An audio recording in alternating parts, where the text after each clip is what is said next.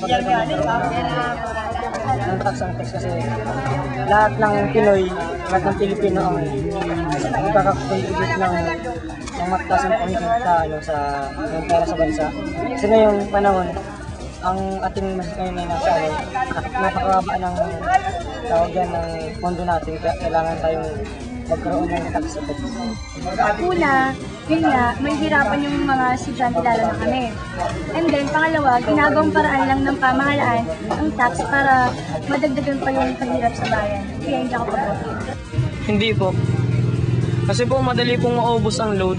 Kahit ako, kung maipapakita ng gobyerno na inilalagay nila sa tama ang mga nakukuha ng buwis sa mga tao at hindi nalalagay sa kanilang mga bulsa.